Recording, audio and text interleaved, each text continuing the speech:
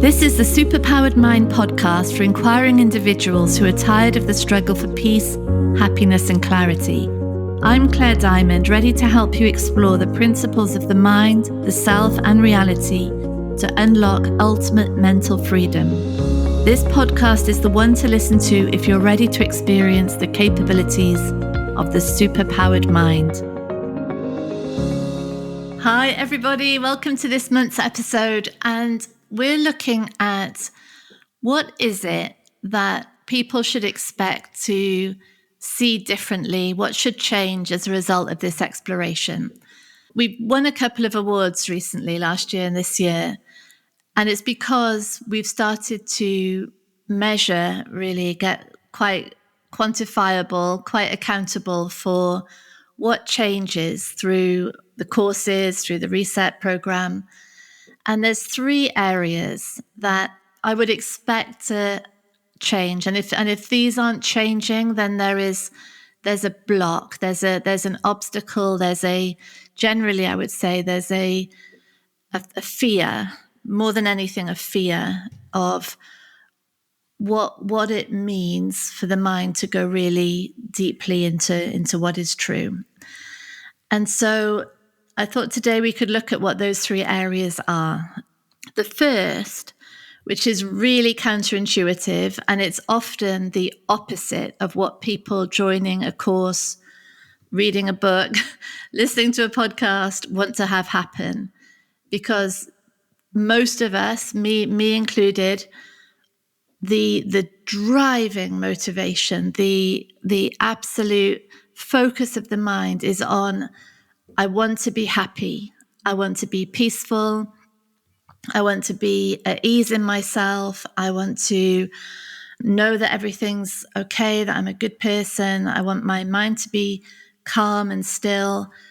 And of course, that's the driving motivation. Of course it is, because that is what we are, that sense of ease in the world, that unlimited sense of peace and happiness, potential. The problem is that the mind is going about it completely the wrong way. And what's happening is that search for the right emotional experience, the search for the right mental state, the right sensations, the right feelings, that is what is creating the opposite. The more desperate I am to be happy, the more the mind is fixated on happiness, the more vigilant it is, the more avoidant it is of people who are likely to threaten that happiness, the more desperate it is for even the sort of faintest glimmer of happiness. And then when that goes, it's like a disaster. That mind, which is an identified mind, it's a mind that is obsessed really with the control of the experience of being me. And when that mind is set on the mission to fix in place a certain emotion or to make sure unwanted emotions never cross the threshold, that mind is a mind in turmoil. It is a mind that can't win. It's a mind that is continually shrinking what is possible, what is available to do, what is seen as a threat expands, becomes bigger and more threatening, until that search for specific emotional state is ruling everything. And the direct opposite of that emotion is what's being experienced. It's the same with peace. It's the same with freedom. It's the same with sense of rightness, sense of ease, all of it. The more the mind is fixated on trying to achieve it, the more impossible it is. It's just disappearing. And we see this. We really see this all the time. But it looks like there's no other way, doesn't it? What else are we meant to do? Because deep down inside, we really know, like every cell in the body, the the sanest part of the mind knows that our birthright is bliss. Our birthright is infinite potential and true freedom. And so one of the things, maybe the key thing, the priority really on our programs is to reverse all of that, is to see the absolute hopelessness and life-limiting nature of trying to fix in place certain emotions. And instead, we start to look at the pure health, mental and physical, of emotions coming in, leaving, arriving, going, flowing, ramping up, ramping down. That is pure health. With really so little mental attention on them. They're not information, these emotions. They're just what's happening. And we don't even know where they're coming from. It might be there's a memory subconsciously being triggered of sadness, or there's hormone changes going on that create this sense of frustration or anger. It might be there's hunger happening, or who knows? Really, who knows? The emotions are not information about anything. There's zero need for the mind to get involved with them and analyzing them and personalizing them, making them something about me and my future, my past. No, emotions are there to be had. That's it.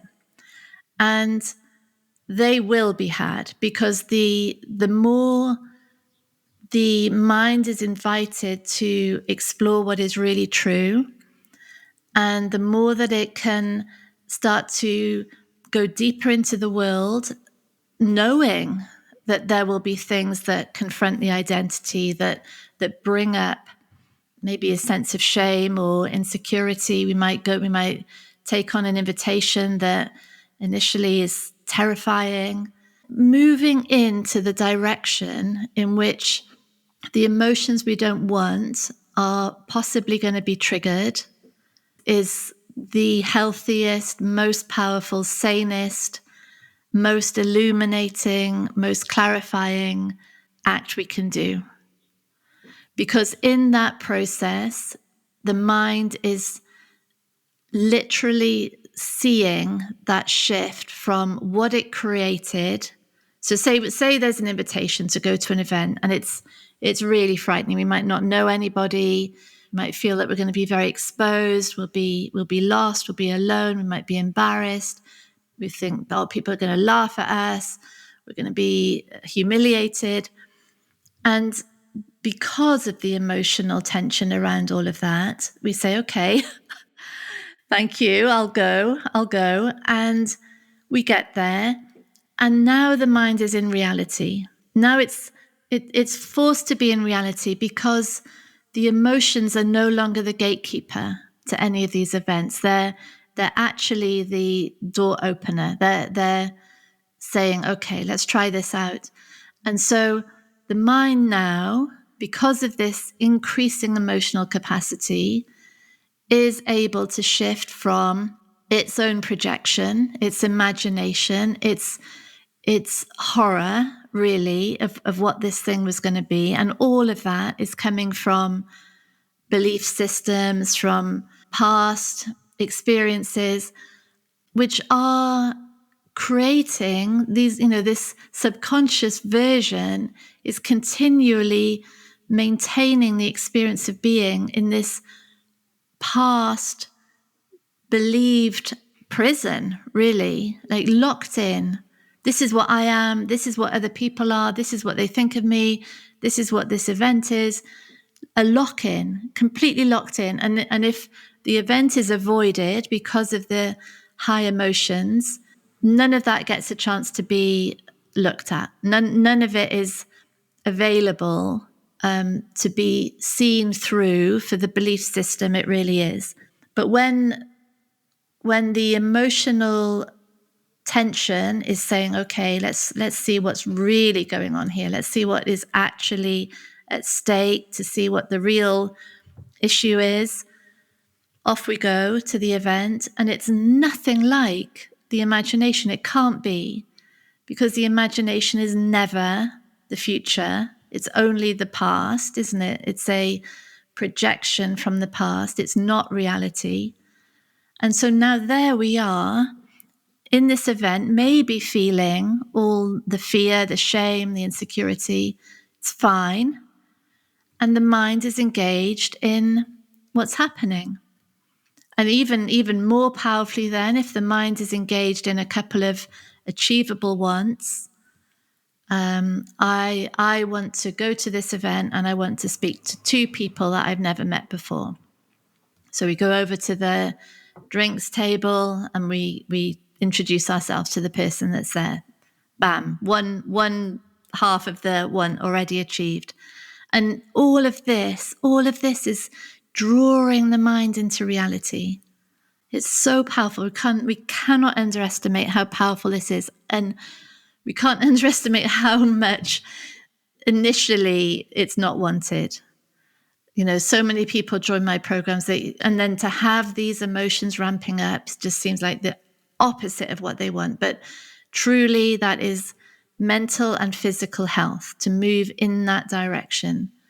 So in our courses, we say, have you noticed a change in, or an increase in emotional capacity, in the desire to, the ease of moving into different emotional states? It's so powerful. So that's our first one. It's such a space then of revelation, of curiosity, of sanity, realness. Amazing. Then the second area that we're really interested in, and I think if we're not interested in this, it would be bypass, is behavioral change. 100%. Because the thing about behavior is that from a mind that is convinced that it is the independent chooser, decider, doer, all behavior is personal. It can't not be. All my words, my actions, everything, my habits, my addictions, everything looks completely personal, like it's saying something about me. And that me is the imaginary, independent, objective entity that the mind says is choosing to do these things. But we're seeing really that choice. Yes, there are choices being made all the time, of course. Every word is a choice. Every gesture is a choice. But all of it is coming from the subconscious landscape. All of it's coming from chemical reactions, really, isn't it? From the physiology of the body, from neural activity. All of that is creating behavior. There isn't an independent chooser. There isn't, just like now, there isn't an independent speaker. Yes, of course, speaking is happening. A podcast is being created, but there is no entity choosing each word objectively, independently, consciously. No, all of it is coming from the subconscious. And this is an enormous difference, because now, instead of the mind locked into a prison of shame and self-blame and self-criticism and self-obsession, self-analysis. Why do I keep doing all of this? Why am I always getting everything wrong? Why can't I give up these detrimental habits? Why do I keep shouting at them? Why do I keep having conflict?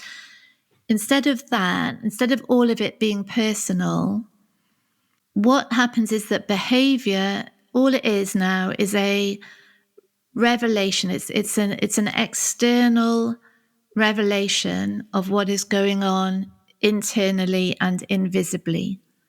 So the behavior is a visible form that is drawing to the surface. It's indicating what is going on in the subconscious mind that created it.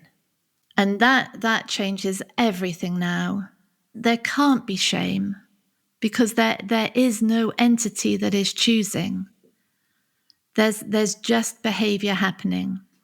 And then as the behavior becomes visible, this mind now that is, instead of locked into identification, is increasingly curious. That's interesting, Interesting that was that reaction. Interesting that this behavior keeps happening. Interesting that the very situation that I most don't want to happen, I'm causing it through my actions. All of these things are so revealing, and this curious mind now is engaged in behavior at a level it never could have accessed before. A real fascination. And so instead of this sort of approach of willpower and control and grip and self-blame and exhaustion, now there's a learning cycle that is happening, which is the design. Like, this is the design of the mind and body in relation to a world of form and to actions, like toddlers, curious and trying everything out all the time, learning. No focus on the doer. There's nothing about shame or self-blame in any of this. It's just doing. The doing itself provokes this sort of world of information, world of feedback. And then from that information goes back into the system, upgrades it in line with a new, fresh set of data, gives rise to more behavior. And then there's more learning. And there's this interaction, this dance between action and feedback, between the individual form and the world, that is an ongoing space of continual advancement, in a way, like advancement in terms of the sanity of all of this, and also in terms of the skills, the knowledge, the capacity, all of it expanding. And what happens then through that, because all behavior, all action in the world really is revealing no doer, there is this increasing recognition of no personal entity doing anything, doesn't even exist. And yet this space of total accountability, the I starts to just, all it is this localization of the absolute consciousness, intelligence in this relative form of the body, sensory, exploring, capable, able. And so that very lightly held I, which is continually being, anything that's in that I that isn't true is being revealed. And that I is totally accountable for everything, not just all the behavior, but all perceptions, the way every single thing appears. And again, not from the space of the doer, but from this space, this recognition that everything is happening here, everything is appearing in experience, in this conscious film of being, because of that interaction between the absolute intelligence, consciousness, beingness, aliveness, and this sort of organic form. So source accountability. And all the time, everything, every conversation, every interaction, every action is revealing no doer at the heart of that. There is no separate entity to be defended or protected in any of this. And that is incredible then, because now there's this freedom cycle where everything is bringing the mind, the body into true, pure reality, true health, true sanity. And all the behaviors, all of them, that exist to protect the believed separate me have no purpose anymore. that there's nothing underpinning them. The entire subconscious foundation that kept them in place is gone or is going. And it might mean that these behaviors continue, like there might be a momentum to them, there's so much part of a sort of habit that they just continue for a little bit, but then they'll start to look really strange, really odd. And it might be that they might be noticed even for the first time.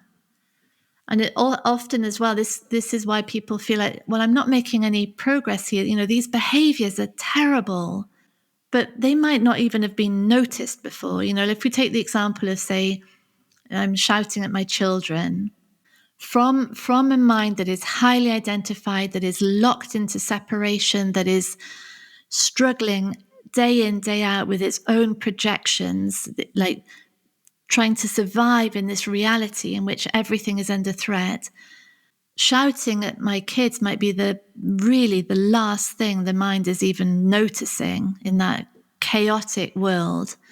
But as things start to settle, become more and more real, shouting at my kids, I'm noticing that for the first time, maybe for the first time, I'm actually seeing their reactions when that happens, seeing how they shrink from me, or seeing how counterproductive it is, seeing how nothing gets done that's wanted from that point of view.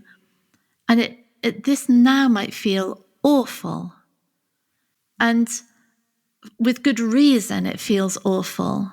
So it might feel that I've taken through this exploration, I've almost taken a step back, that I'm suddenly seeing all this behavior, but actually the seeing of the behavior, the jarring of it, the realization of how out of alignment it is, how pointless it is, how destructive it is. I mean, that's incredible with that realization. And that's the end of it. The moment the mind starts to recognize the futility of these actions, because it's recognized because there's less and less chaos. There's no subconscious belief system making it seem like that has to happen. Then those behaviors are gone for good. That's it. Then they're gone. There's nothing left. And that is true, genuine change. It's spectacular. There's no willpower required. There's no effort. There's no sense of control needed. They've literally gone. And this is so important that this is an element of an exploration of reality, because we are not interested in bypassing harmful behaviors on behalf of an ego identity that doesn't want to admit them or acknowledge them. We're interested in total source accountability for the entire appearance of everything, for the generation of all behaviors. And from that space, only behaviors that are in alignment with that truth remain. And that's spectacular. Yeah. And so that takes me on to the last point that we look for, which is the person moving deeper into the world? Is the person moving deeper into relationships, into creativity, into what they want, maybe into politics or taking a stand in the community, deeper into the body, into health, deeper into understanding how things work?